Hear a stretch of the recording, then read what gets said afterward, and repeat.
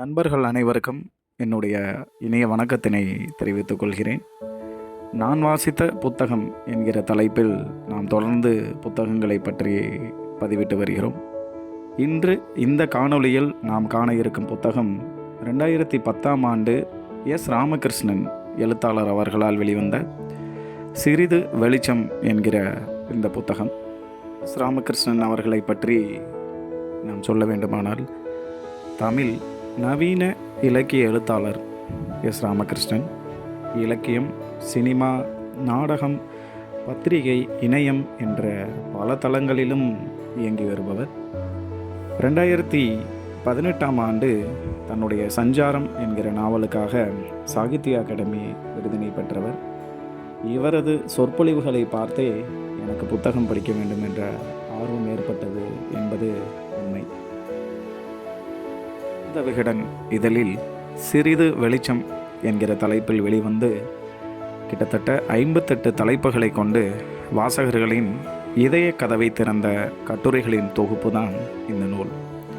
வாழ்க்கையில் நாம் என்னவெல்லாம் செய்ய தவறியிருக்கிறோம் என்பதையும், கிடைத்த வாய்ப்புகளை எப்படியெல்லாம் இழந்திருக்கிறோம் என்பதையும் நம்மை நாமே பார்த்து சீர்படுத்தி கொள்ளும் கண்ணாடியாக இந்த கட்டுரைகள் பிரதிபலிக்கின்றன. முதலில் வாசனை என்கிற தலைப்பில் ஒரு கட்டுரை. உலகின் மிகச்சிறந்த வாசனை எதுவென்று ஒரு பேட்டி காண்கிறார்கள் வெளிநாட்டில். அதில் ஒவ்வொருவரும் தங்களுக்கு பிடித்த வாசனையை ஒவ்வொருவரும் வேறு வேறு வாசனைகளை கூறி வருகிறார்கள். ஒரு தாயிடம் கேட்கும் பொழுது அவர் கூறுகிறார், என் மகனுடைய ஷூவில் வரும் வாசனை மிகச்சிறந்த வாசனை, உலகின் மிகச்சிறந்த வாசனை அப்படிங்கிறாங்க. என்ன காரணம் அப்படின்னு கேட்கும்பொழுது, அவன் ஒரு ஓட்டப்பந்தய வீரன், உழைப்பினால் கிடைக்கக்கூடிய அந்த வாசனையே உலகின் சிறந்த வாசனை என்கிறார் அந்த தாய். ராமகிருஷ்ணன் அவர்கள் வாசனையை பற்றி குறிப்பிடும் பொழுது, மனிதர்களின் தீராத வாசனையின் பெயர் சிரிப்பு என்கிறார். குழந்தையின் சிரிப்பு காரணமில்லாதது. வளர வளர நாம் காரணமில்லாமல் சிரிக்கக்கூடாது என்று பழக்கிவிடுகிறோம். தீர்க்க முடியாத நோய்களில் ஒன்று சிரிப்பை இழப்பது என குறிப்பிடுகிறார் நூலாசிரியர் அவர்கள். யாரோ எழுதிய கடிதம் என்கிற தலைப்பின் வழியே நாம் கடிதம் எழுதியதன் நினைவுகளை நம்மோடு பகிர்ந்து கொள்கிறார் நூலாசிரியர் அவர்கள். கடைசியாக ஒரு கடிதத்தை நாம் யாருக்கு எழுதியுள்ளோம், எப்போது எழுதினோம், யோசித்து பாருங்கள் என நம்முடைய நினைவுகளை மீட்கிறார். ரவீந்திரநாத் தாகூர் அவர்கள் எழுதிய ஒரு கதையினை நமக்கு உதாரணமாக கூறுகிறார் நூலாசிரியர் அவர்கள். அந்த கதையில் ஒரு பெண்மணி வீட்டில் துன்பம் தாங்காமல், கணவருடைய கொடுமை தாங்காமல் வீட்டை விட்டு வெளியேறி அங்கிருந்து தன் கணவனுக்கு எழுதிய கடிதத்தினை நினைவு கூறுகிறார் நம்முடைய நூலாசிரியர் அவர்கள். பெண்களது துன்பங்களை, வீட்டில் அவர்களுக்கு ஏற்படும் இடர்களை சிறப்பாக எடுத்துரைத்துள்ளார். பெரும்பான்மை வீடுகளில் ஆண்கள் வெளியே சென்ற பிறகுதான் வீடு இயல்பான நிலைக்கு வருகிறது, சந்தோஷம் கொள்கிறது, சிரிப்பும் உற்சாகமும் தாண்டவமாடுகிறது என்ற பெண்களின் நிலையினை சிறப்பாக எடுத்து கூறியுள்ளார் ஆசிரியர் அவர்கள். சாலை சோகம் என்கிற ஒரு தலைப்பு. இந்த தலைப்பில் சாலை விபத்துகளால் ஏற்படும் துன்பங்களையும், அதனால் விபத்துகளில் பாதிக்கப்பட்டுவது குடும்பங்களுக்கு ஏற்படும் இடர்பாடுகளையும் சிறப்பாக எடுத்துரைத்துள்ளார். ஒரு 6 குழந்தைகளை வைத்துள்ள ஒரு தந்தை சாலை விபத்தில் மரணம் அடைகிறார். அவருடைய குடும்பம் படும் துன்பங்களையும், அவருடைய முதல் மகள் தான் சம்பாதித்து முதல் சம்பளம் பெற்றதன் நிகழ்வுகளையும் எடுத்து கூறும் பொழுது மிகுந்த நிகழ்ச்சியாக நமக்கு உள்ளது.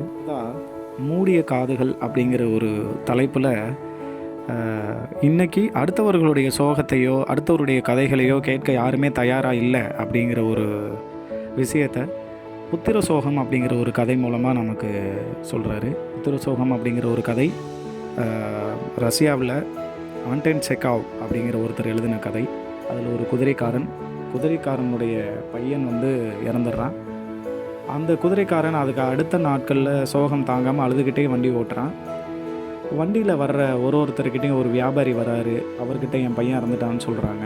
அவன் எரிச்சல் ஆகிறான். உன் கதையெல்லாம் எனக்கு இருக்குது அப்படின்றான். ஒரு இராணுவ வீரர் வராரு. இராணுவ வீரர்கிட்ட சொல்கிறாங்க. இராணுவ வீரரும் அதை கண்டுக்கல. இந்த ஊர் அதெல்லாம் விட்டுரு, இந்த ஊரில் அழகான பெண்கள் எங்கே இருப்பாங்க, அதை பற்றி எனக்கு கதை சொல்லு அப்படிங்கிறான். இதெல்லாம் முடிஞ்சு நம்ம கதையை கேட்க யாருமே இல்லை. அப்படி ஒரு கஷ்டத்தோட வீட்டுக்கு வந்து அந்த அவனோட குதிரையை வந்து கழுத்தில் கட்டி பிடிச்சிட்டு அழுதுகிட்டே சொல்கிறான், என் பையன் இறந்துட்டான் அப்படின்னு சொல்லி. அதெல்லாம் ஆமோதிச்சு அவனோட பேசுகிற மாதிரி அந்த குதிரையும் தலையசைச்சு இருக்குது. இந்த விஷயத்த சொல்லிட்டு என்ன சொல்கிறாருன்னா, இது எப்போவோ ஒரு நூற்றாண்டுகளுக்கு முன்பு நடந்த கதையாக இருக்கலாம். ஆனால் இப்போவும் நம்ம முன்னாடி நம்ம ஒவ்வொரு நாளும் நம்மளை சுற்றி நடக்கிற கதை இதுதான். நாம் பேசுகிறத மற்றவங்க காது கொடுத்து கேட்கணும் தானே, ஆனால் யாரும் கேட்கறதில்ல. எவர் பேசுவதையும் நாம் காது கொடுத்து கேட்கவே மாட்டோம் என்பது தான் பொது இயல்பாக மாறி இருக்கிறது அப்படிங்கிறாரு. ஏனோ இன்று பேச்சு ஒரு வழி பாதையாக ஆகிவிட்டது அப்படின்னு சொல்லி ராமகிருஷ்ணன் அவர்கள் சொல்கிறாரு. உலகின் முதல் ரகசியம் எது அப்படிங்கிற ஒரு தலைப்பில் நமக்கு ஒரு ஜப்பானை சேர்ந்த ஒருத்தர் மசாபுமி ஹோசனா அப்படிங்கிற ஒருத்தரை பற்றி சொல்கிறாரு. அவரை பற்றின documentary movie loan Japanese man அப்படிங்கிற ஒரு டாக்குமெண்ட்ரி படத்தை பற்றி இதில் குறிப்பிடுறாரு. அதோட முக்கியமான கதை என்ன அப்படின்னு பார்க்கும்போது, இவர் மசாபுமி ஹோசனா அப்படிங்கிறவர் வந்து டைட்டானிக் கப்பல் மூழ்கும் பொழுது அதிலிருந்து உயிர் பிழைச்சி வந்துடுறாரு. உயிர் பிழைச்சி வரும்பொழுது பத்திரிகைகள் இதெல்லாம் என்ன, அமெரிக்க பத்திரிகை இதெல்லாம் என்ன சொல்லுது அப்படின்னா, இவர் வந்து ரொம்ப அதிர்ஷ்டக்காரர், இவ்வளோ பேர் இறந்துட்டாங்க, ஆனால் இவர் மட்டும் உயிர் பிழைச்சிட்டாரு அப்படின்னு சொல்லி அதை பெருமையாக சொல்கிறாங்க. ஆனால் இவருடைய நாட்டுக்கு ஜப்பானுக்கு செல்லும்போது அங்கே என்ன சொல்கிறாங்க அப்படின்னா, ஜப்பான் மக்கள்லாம் இத்தனை பேர் இறந்த சமயத்தில் நீங்கள் அங்கே உயிர் பிழைச்சி வந்தது வந்து கோழைத்தனம் அப்படின்னு சொல்லிட்டு இவரை வந்து எல்லோரும் இது பண்ணுறாங்க. மக்கள் எப்போ புரிஞ்சுக்கலையோ அதுக்கப்புறம் நான் உயிர் தப்பி வந்தது எப்படி இதாகும்னு சொல்லிட்டு அவர் அந்த உயிர் தப்பிய கணத்தையும் கப்பல் மூழ்கினது இதை பற்றி எதையுமே யாருக்கும் சொல்லாமல் கடைசி வரை தன்னுடைய வாழ்நாள் இறுதி வரைக்கும் யார் கூடயும் பேசாமல் இருந்து இறந்து போயிடுறாரு. உயிர் தப்பியது என் குற்றமே அப்படின்னு சொல்லிட்டு அவர் சொல்லிவிட்டு யார்கிட்டையும் பேசலை, இறந்து போயிடுறாரு. ஸோ வந்து இப்போ இதில் என்ன ஆகுதுன்னா, இப்படி ஒரு உயிர் தப்பியதையும் ஒரு கோழைத்தனமாக மாற்றினதுனால அது அவமதிப்பாக அவருக்கு தோன்றதுனால அந்த டைட்டானிக் கப்பல் மூழ்கினதை பற்றின விஷயங்கள் எந்த ரகசியமுமே வெளியே தெரியாமல் அவரோடவே அது போயிடுச்சு அப்படிங்கிற ஒரு விஷயத்தை நமக்கு குறிப்பிடுறாரு. இந்த தலைப்பில் மக்கள் எல்லாரும் ஏன் இலவசத்துக்கு இவ்வளோ அடிமையாகி இருக்கிறோம், பைத்தியம் போல் ஏன் நடந்துக்கிறோம் அப்படிங்கிறத நம்முடைய முகத்தில் அடித்த மாதிரி சொல்லியிருக்கிறாரு. அதில் ஒரு உதாரணமாக இவர் சொல்கிறது என்ன அப்படின்னா, இப்போ நீங்கள் ஒரு ரோட்டில் நின்றுக்கிட்டு அங்கே போகிறவங்க எல்லாருக்கும் ஒருத்தருக்கும் ஒரு 10 ரூபா கையில் கொடுத்தீங்கன்னா எல்லோரும் என்ன பண்ணுவாங்கன்னா, என்ன எதுக்கு ஏன் தரீங்கன்னு கேட்காம கூட அந்த 10 ரூபா வாங்கிட்டு போவாங்க. அந்தளவுக்கு இருக்கிறோம். அதே அந்த பணத்தை வாங்கின ஒரு சிலர்கிட்ட போய், ஐயா எனக்கு ஒரு 10 ரூபா கொடுங்களேன்னு நீங்கள் கேட்டு பாருங்களேன், உழைச்சி சாப்பிட்லாம்ல, உனக்கு கை கால் இல்லையா அப்படின்னு சொல்லிட்டு நம்மக்கிட்ட திரும்பி பேசுவாங்க. அந்தளவுக்கு மக்கள் எல்லாரும் இலவசமாக கிடைக்கிறது மேலே ரொம்ப அடிமையாக இருக்கிறோம் அப்படிங்கிறத குறிப்பிடுறாரு நூலாசிரியர் அவர்கள். நூலாசிரியர் அவர்கள் பே இட் ஃபார்வர்டு அப்படிங்கிற ஒரு திரைப்படத்தை பற்றி சொல்கிறாரு. இந்த திரைப்படத்தில் டிரைவர் மெக்கன்சி அப்படிங்கிற ஒரு சின்ன பையன் பள்ளிக்கூடத்தில் படிச்சுட்டு வரான். அந்த பள்ளியில் என்ன சொல்கிறாங்க அப்படின்னா, நீங்கள் எல்லாரும் உலகை மாற்ற விரும்பும் ஏதாவது ஒரு ஐடியாவை நீங்கள் தரணும், ஒவ்வொரு மாணவனும் அதை ஒரு மாதிரி திட்டமாக தயாரித்து கொண்டு வந்து கொடுக்கணும் அப்படின்னு சொல்கிறாங்க. அதுக்கு இந்த பையன் டிரைவர் மெக்கன்சி என்ன பண்ணுறான் அப்படின்னா, அவன் ஒரு மாதிரி திட்டம் தயாரித்து கொடுக்குறான். நாம் முகமறியாத 3 பேருக்கு நம்மால் முடிந்த அளவு உதவ வேண்டும், அந்த 3 பேரும் தனக்கு தெரிந்த 3 பேருக்கு உதவ சொல்ல வேண்டும் அப்படிங்கிற ஒரு திட்டத்தை முன்மொழிகிறான். இப்படி பண்ணோம்னா 2 வாரத்தில் சங்கிலி தொடராக இது போய் 47 லட்சம் பேருக்கு கிட்டத்தட்ட இந்த உதவி போய் சேர்ந்துருக்கும் அப்படிங்கிற ஒரு செயல்பாட்டு மாதிரி திட்டத்தை வந்து இந்த பையன் கொடுக்குறான்.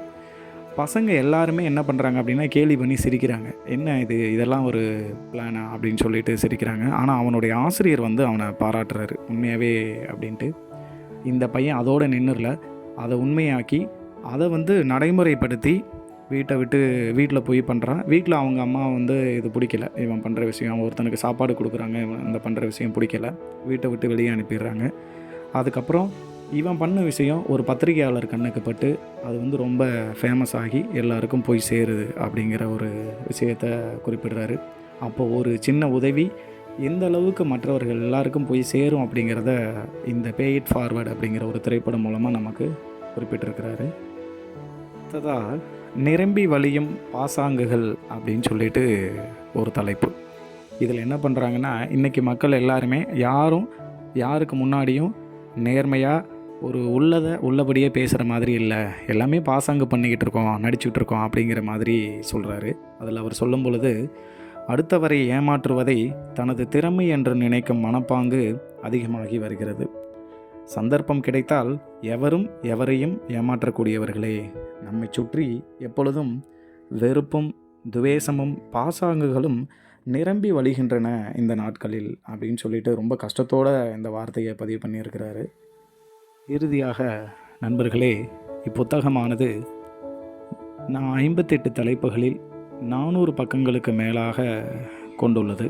இப்புத்தகத்தில் உள்ள அனைத்து கருத்துக்களையும் அப்படியே நாம் தெரிந்து கொள்ள வேண்டுமெனில் உங்களுக்கு நிச்சயம் வாய்ப்பு கிடைக்கும். நூலகங்களில் இப்புத்தகம் கிடைக்கிறது. ஒரு முறை அனைவரும் வாசித்து பார்க்க வேண்டும். எஸ் ராமகிருஷ்ணன் அவர்களுடைய சிறந்த கருத்துக்களையும் அவர் மேற்கோள் காட்டியுள்ள சிலவற்றையும் நாம் நிச்சயம் தெரிந்து கொள்ள வேண்டும். வாழ்விற்கு மிக அவசியமான நூல் இது. அதில் குறிப்பிட்டுள்ள 2 வரி கருத்துக்களான சிலவற்றை உங்களோடு பகிர்ந்து கொண்டு இக்காணொலியை நிறைவு செய்ய விரும்புகிறேன். அதில் சொல்லும் பொழுது, நாய் கவ்வி செல்லும் எலும்பு துண்டை கண்டால் கூட பொறாமைப்படக்கூடியவர்கள் மனிதர்கள் அப்படின்னு சொல்லிட்டு ஆண்டன் செகாவ் குறிப்பிட்டுள்ளதை நூலாசிரியர் மேற்கோள் காட்டியுள்ளார்.